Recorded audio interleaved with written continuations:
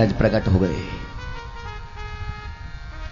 नारद जी ने कहा, वाह रे वाह, कौन हो बालक, परिचय दो अपना। ध्रुव जी ने कहा, मेरा नाम ध्रुव, उत्तानपाद महाराज का, सुनीति जी का बेटा। कहां जा रहे हो? तपस्या करने के लिए। नारद जी हंसने लगे, बोले, वाह रे वाह, कपड़े पहनना जानता नहीं है और चला है तपस्या करने के लिए। तुझे पता नहीं है कि जंगल में कौन कौन रहते हैं? कौन रहते हैं बाबा?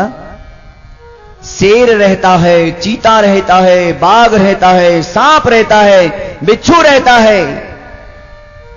तुझे डर नहीं है उनका? जा जा, शायद लगता है घर में किसी की डांट पड़ गई होगी और गुस्से में तू घर से निकल आया है। तपस्या करना कोई सहज है? जाओ जाओ, घर में जाओ, ज्यादा क्रोध नहीं करते बालक। ध्रुव जी ने कहा, बाबा आप हो कौन? अपना परिचय तो दो आप। नारद जी ने कहा, बोले, मैं नारद। ध्रुव जी ने कहा, आप नारद जी हो ही नहीं सकते हैं। बोले, क्यों नहीं हो सकते हैं जी? पर नारद जी की कहानी तो मेरी मां सुनाया करती थी। जब मैं छोटा सा था, दूध पिलाते पिलाते ही, और मेरी मां मुझे कहानी सुनाती थी नारद जी की। क्या कहती थी तेरी मां? मेरी मां ने कहा कि नारद जी का काम सबसे बड़ा क्या है? जो संसार में भटक रहा है, जो भगवान का भजन नहीं करता है, उस व्यक्ति को ये न के न प्रकार ने घुमा फिरा करके उसकी बुद्धि को और उस व्यक्ति को संसार से हटा करके परमात्मा के चरणों में लगा देने का नाम है नारद जी। ये नारद जी का काम है। बाबा तुम नारद जी नहीं हो सकते हो। कहां तो मैं भगवान की शरण में जाने लगा हूं, भगवान की तपस्या करने के लिए निकला हूं, और आप उस तपस्या को रोक करके मुझे संसार में भटकाने के लिए वापस कर रहे हो। इसका मतलब आप कोई नारद जी नहीं, बल्कि नारद जी का रूप बना करके कोई बहुरूपिया घूम रहा है जंगल में। हाँ, आप कोई असली नारद जी नहीं। नारद जी ने कहा, बोले, चेला पक्का है, मैं क्या भटकाऊंगा इसको? जिसकी मां ने इतना बड़ा संस्कार इसके अंदर डाल रखे हैं, ये कहीं भटक नहीं सकता है। नारद जी की आंखों में आंसू आ गए और कहा, बेटा मैं तो तेरी परीक्षा कर रहा था मेरे लाल। तेरी मां ने जो कहा वो सच ही कहा है। मेरा काम ही यही है कि भगवान की भक्ति में जीव लग जाए किसी न किसी प्रकार से। मैं असली नारद जी हूं। बाबा असली नारद जी हो आप? बोले, हां। तो नारद जी ने कहा, बेटा मैं तेरी परीक्षा कर रहा था, लेकिन तेरे से पूछना चाहता हूं, तपस्या तू करना जानता तो कैसे तपस्या करेगा जंगल में? बाबा मैं तो जानता नहीं, आप जानते होंगे, आप मुझे बता दो कैसे तपस्या होती है। बेटा भगवान की तपस्या करने के लिए सबसे पहले गुरु मंत्र लेना होता है। बेटा जब तक मंत्र नहीं मिलता है ना गुरुदेव से, जब तक उस प्रभु के परमात्मा का रास्ता नजर नहीं आ पाता है, भगवान के प्रति श्रद्धा नहीं बन पाती है। इसलिए बेटा मैं चाहता हूं कि तू गुरु मंत्र की दीक्षा ले। ठीक है गुरुदेव। नारद जी महाराज ने कृपा करके और ध्रुव जी महाराज को गुरु मंत्र दे दिया है। ओम नमो भगवते वासुदेवाय। बेटा ये नाम मंत्र है, और इस मंत्र का तू दृढ़ता से, निष्ठा से, जितना जितना तेज तीव्रता से तू जप करेगा ना, उतना जल्दी ही तुझे भगवान का दर्शन होगा। भगवान का स्वरूप किरीटनम कुंडलम ससंग चक्रम सक्रीट कुंडलम सपीत वस्त्रम सरसेरुहेक्षणम सहार वक्षस्थल थलकोस्तुभंस्यम नमामि विष्णुम शिरसा चतुर्भुजम।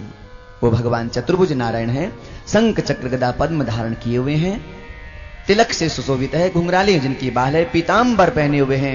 ऐसे चतुर्भुज नारायण भगवान तुमको दर्शन देंगे। और भगवान की यही लीला है हे ध्रुव, जो कर्तुम अकर्तुम सर्व समर्थ इति ईश्वर, जो करने योग्य हो उसको तो कर दे, पर जो नहीं करने योग्य है उस कार्य को भी जो कर दे वो परमात्मा का रूप होता है। और यही भगवान की लीला है। जाओ मधुवन को चले जाओ बेटा, और मधुवन में जाकर के तुम कठोर तप करना। सुखदेव जी महाराज कहते हैं कि हे परीक्षित महाराज, बालक ध्रुव मथुरा के पास में जो मधुवन है वहां मधुवन में गया, और मधुवन में जाकर के इसने अपने बाएं पैर के अंगूठे पर खड़े तो हो गए, हाथ जोड़ करके, और भगवान का ध्यान करते हुए और नाम जप प्रारंभ कर दिया है। ये गुरु कृपा है। गुरुदेव ने 4 चीजें दे दिया है ध्रुव जी महाराज को। और जो गुरु दीक्षा हुआ करती है ना, तो गुरुदेव भगवान अपने शिष्य को 4 वस्तु ही प्रदान करते हैं, नाम, रूप, लीला और धाम।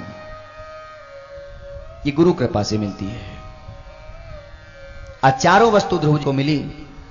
इतना कठोर तप किया है ध्रुव जी महाराज ने। परीक्षित, पहला जो महीना आया और उस पहले महीने में तो इसने क्या किया, त्रिरात्रांते कपित्थो बद्रासन आत्मवत् अनुसारेण मासम निर्चयन हरिम।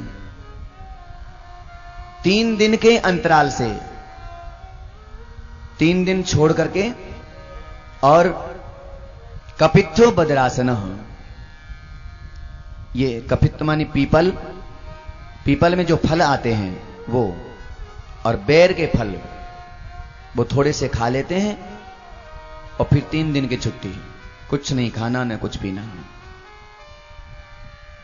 1 महीने तो ऐसे निकाल दिया। दूसरा महीना ध्रुव जी महाराज ने जो आया, तो उसमें 6 दिन के अंतर से, द्वितीयम च तथा मासम षष्ठे दिने तृणपर्णादिभिः शीर्णे कृतान्नो ध्यर्चत विभुम। दूसरे महीने में तो 6 दिन के अंतराल से थोड़े से घास खा लेते हैं, कुछ पत्ते तोड़ करके पा लेते हैं, और फिर 6 दिन की फिर छुट्टी हो गई। वाहरे बालक, इतना छोटा सा बालक कैसे तप कर रहा होगा। तृतीयम चानयन मासम नवमे हनि अवक्षम उत्तम श्लोकम उपाधावत समाधिना। तीसरा महीना जब लगा तो 9 दिन के अंतराल में महाराज एक समय केवल जल पी करके रह जाते हैं। अब घास भी खाना, अब फल भी खाना, सब छोड़ दिया, और 9 दिन के बाद में थोड़ा सा पानी पी लिया, और फिर बैठ गए भगवान की नाम जप में। इतना कठोर तप कर रहे हैं, अखंड चल रहा है, रात में और दिन में, कोई बैठने का भी नाम नहीं, खड़े की खड़े एक पैर के अंगूठे से तपस्या कर रहे हैं सिद्धू जी महाराज। चौथा महीना लगा तो 12 दिन के अंतर में केवल अब पानी पीना भी छोड़ दिया सिद्धू जी महाराज ने, और अब वायु भक्षो हो,